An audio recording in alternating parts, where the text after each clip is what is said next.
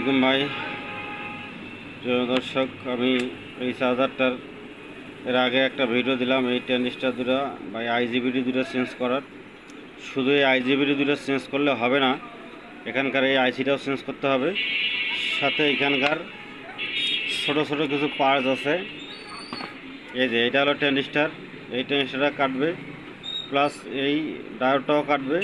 আপনাকে যারা এটা কাজ করেন তারা এই ডায়োডগুলোও চেঞ্জ করে দেবেন এবং এই ট্রানজিস্টার এসএমডি ট্রানজিস্টার চেঞ্জ করে দেবেন। এসএমডি ডায়োড দুটো প্যানেল আছে এটার, এই চার্জারটা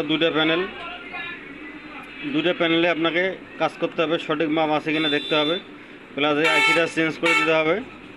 আমরা এখন এই আইসি রেজি সব চেঞ্জ করলাম, চেঞ্জ করে আমরা এখন এই চার্জারটা কমপ্লিট করলাম।